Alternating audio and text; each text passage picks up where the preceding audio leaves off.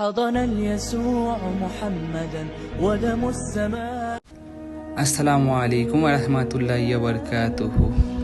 খাল্লা আলোর দিশা বাইতুল ফাউন্ডেশনের তরফ থেকে দুনিয়া ও আখিরাতে আল্লাহ ও আল্লাহ রসুল সাল্লাল্লাহু আলাইহি ওয়াসাল্লামের উদ্দেশ্যে আমাদের এই ক্ষুদ্র প্রচেষ্টা। এই মাহে রমজান মাসটা এমনই একটা মাস মুমিনদের জীবনে বসন্ত নিয়ে আসে। এতে অসংখ্য নিয়ামতের পাশাপাশি রয়েছে অল্প আমলের অধিক স্বভাব অর্জনের সুবিধা। তারপর এই রমজান মাসে বিভিন্ন আমলের পাশাপাশি দান ও সদকার মাধ্যমে আল্লাহ সুবহানাহু ওয়া তাআলার প্রিয় পাত্র হওয়া। ধনীদের সম্পদ, গরিবদের অধিকার রয়েছে। উম্মাহে ধনীদের উচিত গরিব ও অসহায় মানুষদের পাশে দাঁড়ানো, তাদের প্রতি একটি বিশেষ করে নজর দেওয়া। আল্লাহ সুবহানাহু ওয়া তাআলা বলেন, অসহায় মানুষদের সাহায্য করা, তাদের দুনিয়াবি সমস্যা নিজের সামর্থ্য অনুযায়ী দূর করা, একে অন্যের পাশে দাঁড়ানো।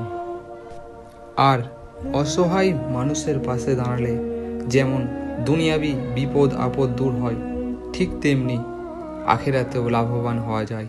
আল্লাহ রসুল সাল্লাল্লাহু আলাইহি ওয়াসাল্লাম বলছেন, অবশ্যই দান সদকা মানুষের হায়াত বৃদ্ধি করে, অপমৃত্যু থেকে বাঁচায়। অনাথ অসহায় মানুষদের কষ্ট বুঝতে আল্লাহ সুবহানাহু ওয়া তাআলা রমজান মাসের রোজাকে ফরজ করেছেন। ঠিক তেমনি নিঃস্ব অভাবীর অভাব দূর করতে ফরজ করেছেন জাকাত, এবং সদকা ও ফিদরাকে ওয়াজিব করেছেন। দান ও সদকাকে কেন্দ্র করে আল্লাহ সুবহানাহু ওয়া তাআলা অনেক আয়াত নাজিল করেছেন। আল্লাহ সুবহানাহু ওয়া তাআলা আরও বলেন, যে ব্যক্তি কোনো অভাবগ্রস্ত মানুষকে সাহায্য করবে, আল্লাহ তাআলা তাকে দুনিয়া ও আখিরাতে স্বচ্ছ দান করবেন।